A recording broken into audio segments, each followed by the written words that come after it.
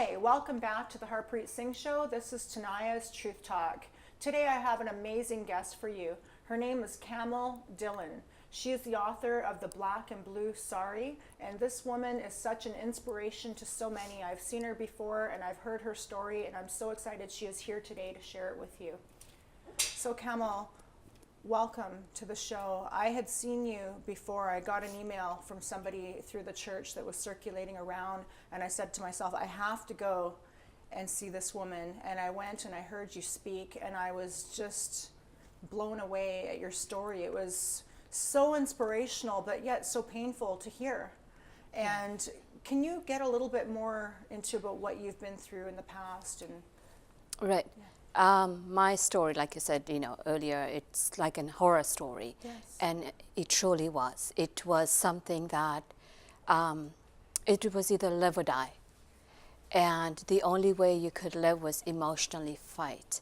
And so married at the age of 18. Right. I knew nothing. I was still a child, and being a child and not being exposed, because I came from a background, a Sikh background, that was strict. We had a strict, loving parents, but strict. Yes. And so I wasn't exposed to anything outside of the home, and our home did not have violence. We weren't abused as children. Mom and dad never fought. So to me, coming into this horror home was as if I had died and gone to hell. Wow. I hear, I look back at my story of abuse, which was horrific, but then when I heard yours, it was just amazing. I remember when I heard you speaking that you were talking about there was a time that your husband was going to feed you to sharks. Do you mind me asking, if I can, just so if there's any women that are viewing and watching this television show today, so they don't feel alone, if you can talk a little bit about what you've been through in the past. From the beginning, when I was married, Yes. abuse began. Within weeks of my marriage, I had a broken nose. Oh my. From, people will say there's this cycles of, tension building, Honeymoon phase, the explosion, then you come to the honeymoon, which can last from a day to months. Right. Mine skipped. There was very few honeymoon periods. When the honeymoon came, I quickly expected an explosion because I Yes. wasn't sure why he was being so nice. Is this the calm before the storm? Yeah. And so for a lot of other women, I want them to know that abuse is real, Yes. that it is not their fault, that they can and should talk about it, because I went not through just, physical violence. I went through torture. Yes. And when there's violence, somehow you escape. Yes. But when there's torture involved, where he strips you, he ties you, he, takes you through hours of agony, in that, there's physical abuse, there's emotional abuse, there's sexual abuse. And all of this play a role. And I want you to know that there's a lot of women living with sexual abuse that think it's okay. Because in their marriage, because that's what they've been told. Yes. I can relate to that. I went through that with, my marriage when I was in an abusive marriage. And if a woman says no, no means no. Exactly. Just because he's your husband, it does not mean that he has the right to take you that way because you're his wife. That's right. It's wrong. Yeah, and out of shame, we don't talk about it. That's true. And who do we go and talk about it to? Right. Yeah. Now, you had moved into your husband's family, and you were living with the in-laws, and you had come, so you were kind of like on your own with his family, so it was a lot harder for you to talk about it or go for help? Yeah, actually, I got married here. Okay. And so my family was close by. Okay. And then when he took me back to avoid charges. To India? Yeah. Okay. Then I was entirely at their mercy. Oh, And yes. so even if I remember telling my mother-in-law when he had taken me to the ocean to throw me into the shark-infested water, And she laughed at me and she said, well, it wasn't that bad, right? You still sleep with him. You still live with him.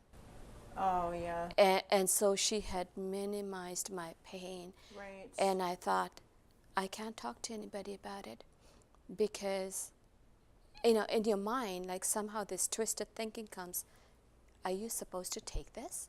Yes. Like, no one's serious about it. No one's listening. People are actually laughing. So is there something wrong with me? Right. Yes. And, you know, a lot of people tend to believe that abusers are just punching you and kicking you and physically abusing you. And from me, myself, being in a former abusive marriage, I was run over by a truck. I had broken noses and things too.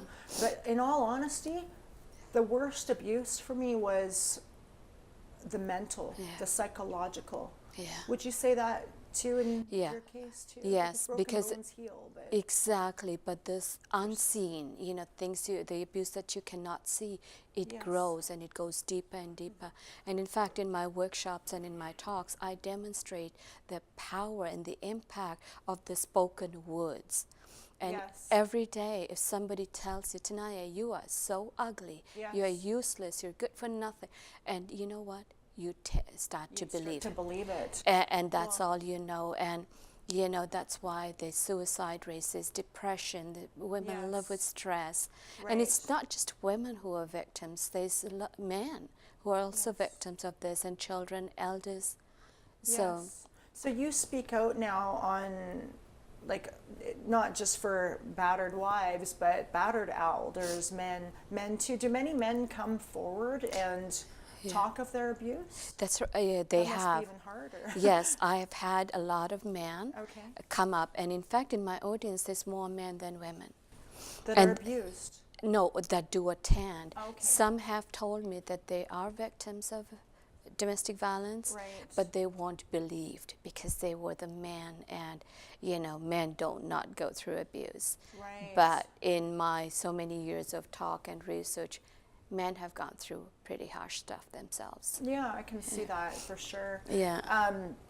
You know, there's the old saying I would say before, you know, a broken nose will heal a lot faster than a broken spirit. That's right. You know, and it's years of the dehumanizing in the words and the devaluing of who you are as a woman that breaks your spirit, and then you think, this is all I'm worth, this is all I can, this is the best I can do. That's right. You know? And if I just make it tonight, you know, tomorrow might, you know, there's a little bit of hope for tomorrow, but then, you know, tomorrow comes and it's the same old, and so you had children in your marriage. I've met one of your sons. He's a very, very nice and handsome man. He loves his mom a lot.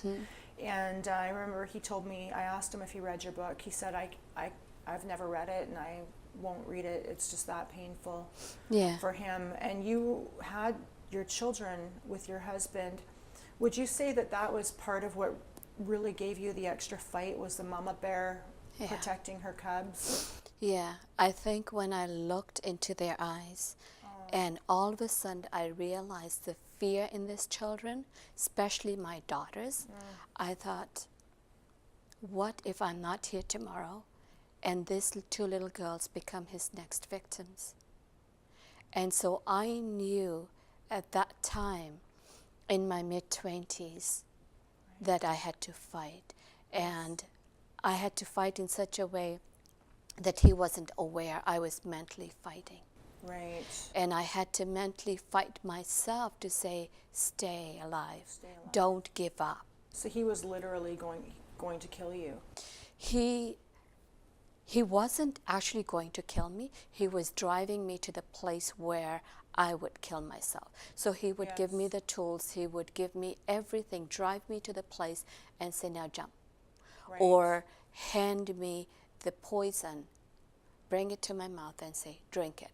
Yes, but get you to a point where you're so broken that you just don't want to live anymore. Exactly. And then you take your own life, and then he's off scot-free. That's it. I can relate to that. I was in a marriage once before that had happened to, actually, where he had drove me to the point of a suicide attempt and then made me look like I was crazy. Yeah.